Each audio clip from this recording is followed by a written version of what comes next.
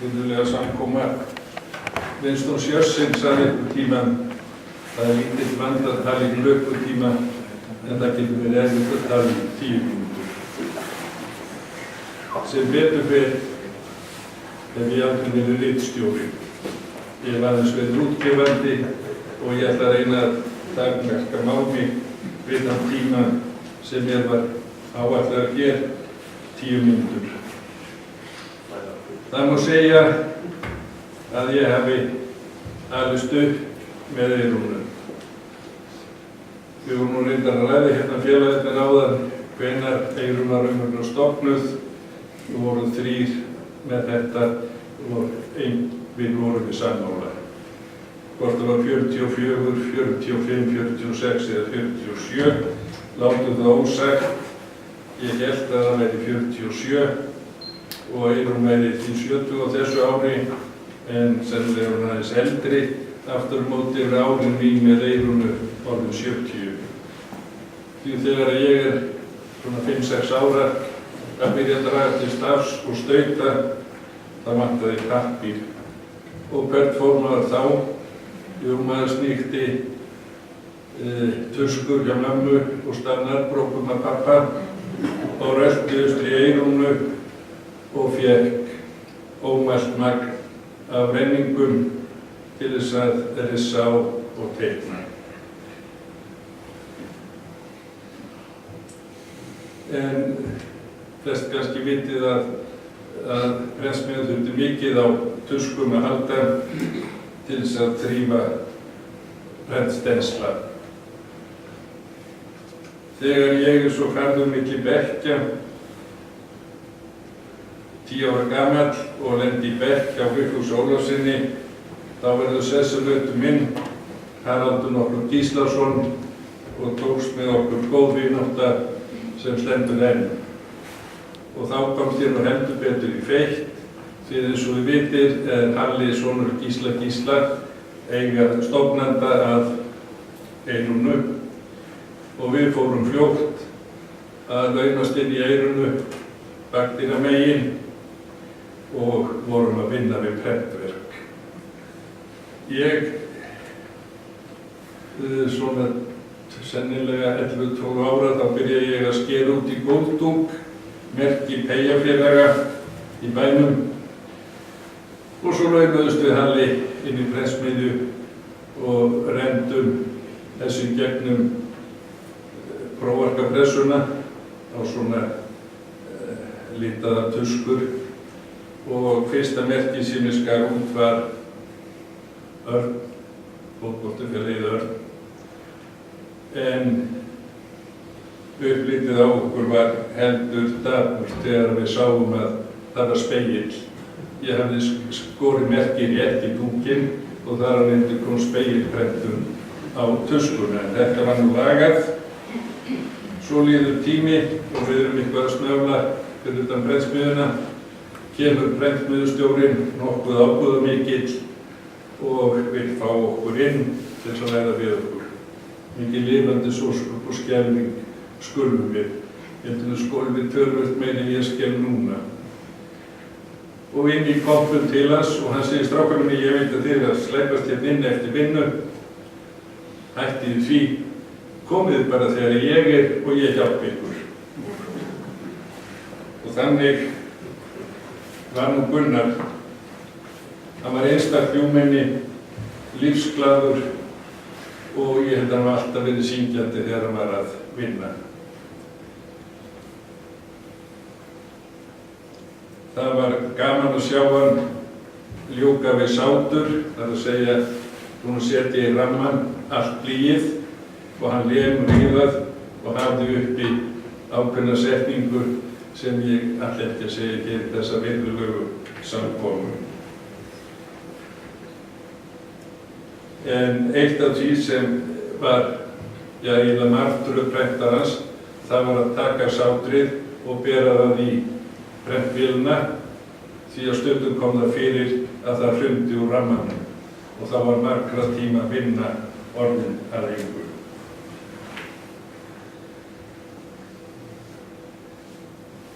Gunnar var mannblendinn mjög og tók virkan þátt í samfélaginu. Hann var eins og kom fram hjá Arnari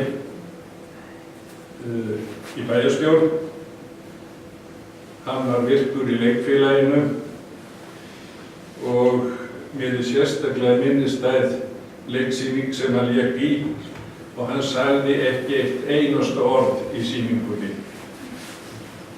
En til marks hæfni mannsins að í hvert skipti sem hann kom inn á sínu, þá stal hann sýnunni.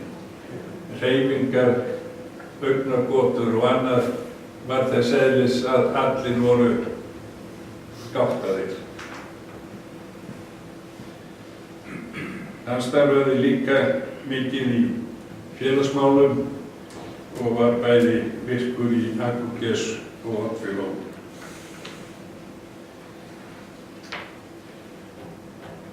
Það var einhver seinmögnu lykt í eyrunu, austur við Heimagötu. Fór það saman einmyrja af bráðnuðu blýi og þung lykt af prentsvertu og hreinsiefnum.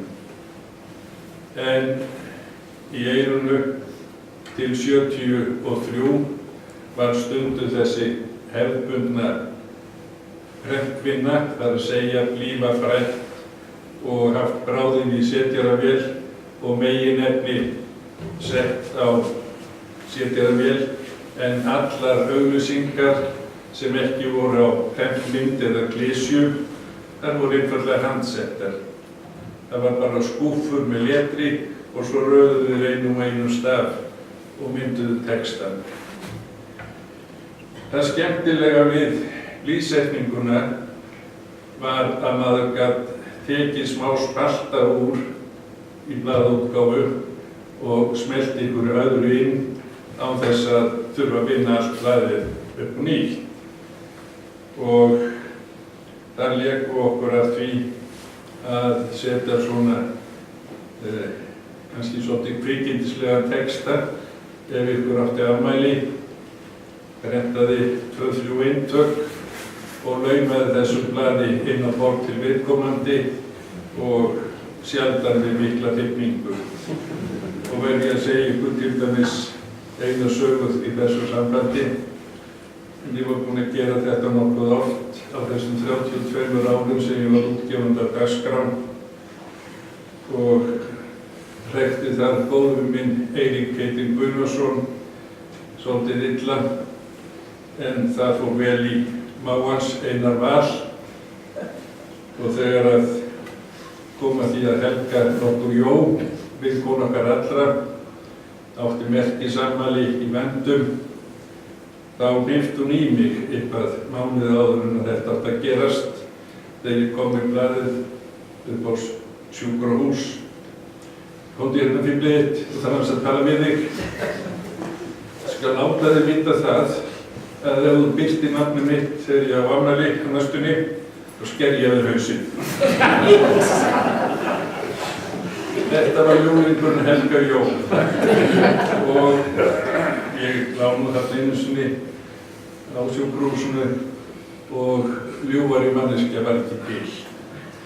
En hvað það, rakkarinn Einar Valur hefur samband, gerðu nú smá grikk, settu nú smá klausumanna Helgu og við smyklum blaðinu inn á sjúkrahús.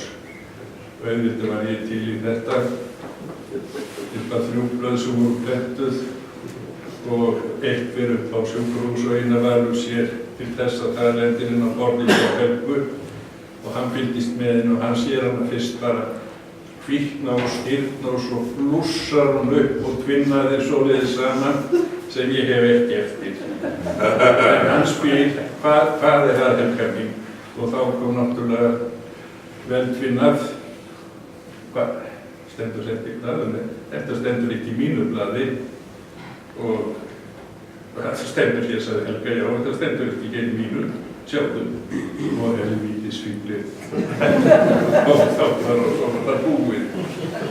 En þetta var nú svona það sem var gaman að gera. Ég á nokkur mínútur eftir þetta, það ekki, Kári minn?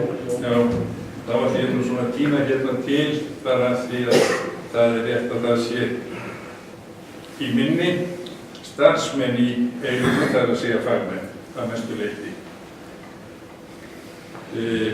Ég man nú ekki eftir Haraldi Guðmundssyni sem var í Eyrúnu, en hann var kenndur við tónlist og flutti austur á Neskaupstað, held ég hafi verið. Þar var einnig Jón Kristjánsson frá Kirkjubóli, Ingólfur Guðmundsson, hann var komið eitthvað einsum tvisvar þarna inn til starfa. Gylfi Gunnarsson, sonur Gunnars prentara, hann lærði. Síðan koma í röð hérna Guðlaugur Sigurðsson, sem áður hefur verið nefndur hér, sem og Gísli Valtýsson, sem er hér með okkur. Þeir læra báðir hjá Gunnari. Óskar Ólafsson, þú lærði hjá Hafsteini frænda, var það ekki klárar? Já. Nú, Ylli Gunnarsson, móðir Torfa og Áka, hún vann þarna í prentsmiðjunni þegar ég var að slæpast þar og þar voru hlutirnir í röð og reglu og hún sá lagerinn á afskurðunum og afgreiddi krakkan í bænum með remmingar. Nú, en merkur maður, þeir eru margir merkilegir sem hafa komið í Eyrúnu, þar á meðal Steinar nokkur Sigurjónsson stórskáld. Maður sem fór frá konu og börnum upp á Akranesi og einsetti sér að verða skáld. Hann kom hér til Eyja og vann í prentsmiðjunni og það þótti góður siður að kynna unga og efnilega menn fyrir fyrirmönnum staðarins og Ási í bæ tók að sér að fara með Steinar til sóknarprestsins séra Halldórs. Þeir voru eitthvað góð glaðir, þeir voru alltaf þarna suður eftir, en Halldór tekur þeim vel eins og öllum og það er dekka borð og skáldið byrjar að lesa úr verkum sínum og honum finnst sóknarprestur lítið taka undir svo að hann þrífur í dúkinn á borðinu og þeytur öllu á gólfinu og allt mölvast. Þá kalla séra Halldór: Mamma, mamma, komdu með sparistellið, maðurinn er skáld.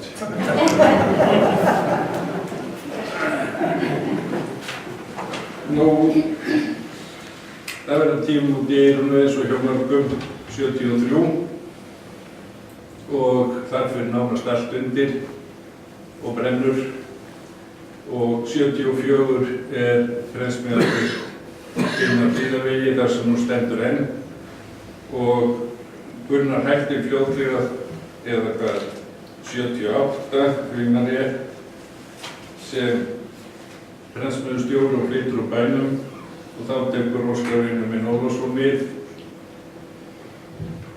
Hann mundleitist að vera prentsmiðjustjóri, hann vildi bara vera prentari og ég held að ég geti fullyrt það að Óskar vinur minn hann sé einn af fáumönnum hér á landi sem lærði allt prentverk. Allt prentverk eins og leggur sig. Nú er allt saman orðnir sérfræðingar, nú er bara einn sem gerir bara filmur eða einn sem gerir bara plötur. En Óskar hann var bæði með setninguna, vél og handsetningu og svo fór hann í gegnum allt offsetið sem var algjör bylting. Þegar Óskar lætur á störfum þá kemur Guðmundur Eyjólfsson úr Reykjavík og er þar nokkurn tíma. Starfsmenn sem voru þarna voru til þess sem eru minnistæðir eru Ágústsson, mágur Óskars, Ágúst Guðmundsson, gamall vestmanningur og bróðir Hafsteins sem Óskar mun tala hér á eftir. Ómar Ólafsson var hér starfandi. En, jú, hérna var, ég myndist á Ylli, hún var austurfrá, hún fór aldrei á Hlíðavegi, en þar var Ásta Bjartmars eftir Ólaf frá Skuld. Síðustu nemarnir í prentverki í Eyrúnu voru Sveinn Tómasson og Vilhjálmur Garðarsson. Núverandi framkvæmdastjóri Eyrúnar Gísli, barnabarn Gísli Hjartarson. Ég held ég sé búinn með tímann og sirka aðeins. Ég hef ekki getað talað í 70 mínútur eða lengur, en kannski kemur sá tími. Takk.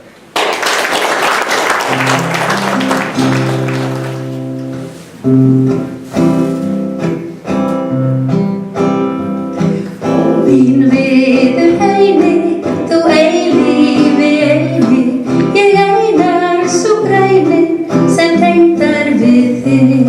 Í gleði og harmi, með himneskum armi og kærkæði Jesús, við styður þú mig. Ef hvílíkan vin minn ég þekki, sem þú, Herra Jesús, sagt mér, eilíf ég sleppi þér ekki, ég allur samgróinn þér. Eilíf ég sleppi þér ekki, ég allur samgróinn þér. Þín viðurheimi, þú eilífi eini, ég allan í vökva og kraft dreg frá þér. Ég